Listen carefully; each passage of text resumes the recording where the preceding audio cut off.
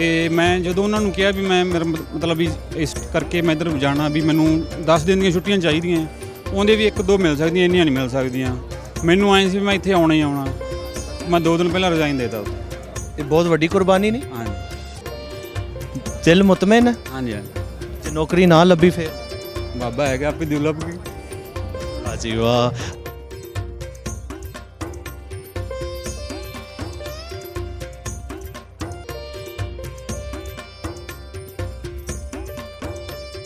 किसी भी धर्म के बारे अगर असीं जानन की कोशिश करिए या किसी भी धर्म के विचार नूं जानन की कोशिश करिए तो असीं वेखदे हां सब तो पहले कि उस धर्म के नौजवानों के अंदर जज्बा किहो जिहा पाया जाता है। तो अज चूँकि असीं गुरुद्वारा जन्म स्थान के अंदर मौजूद हाँ तो इत्थे बरकी कुमकुमे ते रोशनियां दे नाल खूबसूरत करके इस गुरुद्वारे नूं सजा दिता गया।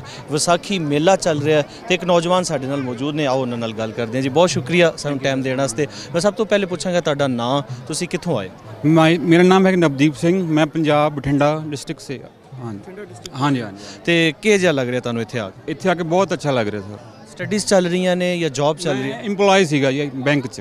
बैंक च नौकरी कर? ਤੁਹਾਨੂੰ ਦੱਸਦਾ ਤੁਹਾਨੂੰ ਨਾ ਤੇ ਮੈਂ ਜਦੋਂ ਉਹਨਾਂ ਨੂੰ ਕਿਹਾ ਵੀ ਮੈਂ ਮੇਰਾ ਮਤਲਬ ਵੀ ਇਸ ਕਰਕੇ ਮੈਂ ਇੱਧਰ ਜਾਣਾ ਵੀ ਮੈਨੂੰ 10 ਦਿਨ ਦੀਆਂ ਛੁੱਟੀਆਂ ਚਾਹੀਦੀਆਂ, ਉਹਦੇ ਵੀ 1-2 ਮਿਲ ਸਕਦੀਆਂ, ਇੰਨੀਆਂ ਨਹੀਂ ਮਿਲ ਸਕਦੀਆਂ।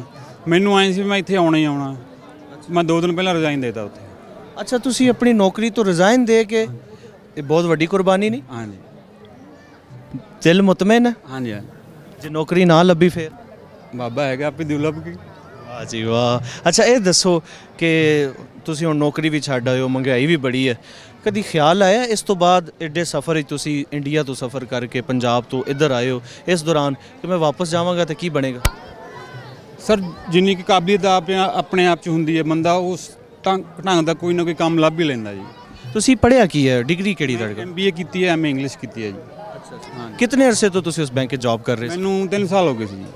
3 साल? हाँ जी। 3 साल तक जॉब की और सिर्फ इस जगह ते इस धरती ते आने लिए इन्होंने नाजरीन रिजाइन कर दिता। अच्छा चलो हुण फिर एक कोई पैगाम अपने दिल की गल कोई मैसेज की दोगे?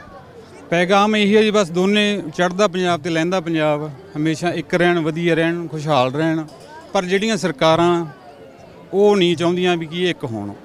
हाँ सरकारां नूं फिर की चाहिए करना चाहिए सरकारां नूं मनाउण वास्ते कि ये दोए पंजाब एक दूजे दे नेड़े होण? उन्हां नूं बैठ के टेबल कॉन्फ्रेंस करनी चाहिए है, कोई जो एक दूजे नाल शिकवे गिले आ दूर करने चाहिए है, एक दूसरे ते ब्लेम नहीं लाने चाहिए इन्हां नूं भी उन्हें वो करता उन्हें वो करता। तुसीं चूँकि अजे नौजवान हो, यंग हो, यंगस्टर्स नूं की कहोगे? मैं बहुत सारे सरदारां नूं मिलिया, छोटे यंगस्टर्स, मेरे कुछ दोस्त भी ने उधर, तो उन्होंने अगर पाकिस्तान आने की दावत दी जाए तो कहते हैं जी कि अगर पाकिस्तान का वीज़ा लग गया तो फिर कोई होर वीज़ा नहीं लगेगा। हालांकि पाकिस्तानी खुद भी तो दूसरे मुल्कों च जाते हैं, उन्होंने वीज़े लगते हैं। इस हवाले नाल तुसीं की पैगाम दोगे? सर ये तो ना जी बंदे का अपना रिकॉर्ड सही होना चाहिए है।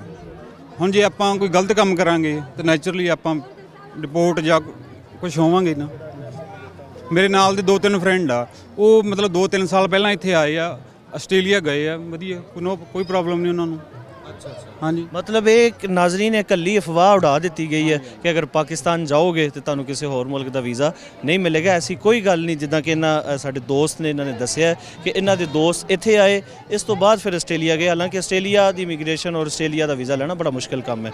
तो बहुत शुक्रिया सर, थैंक यू।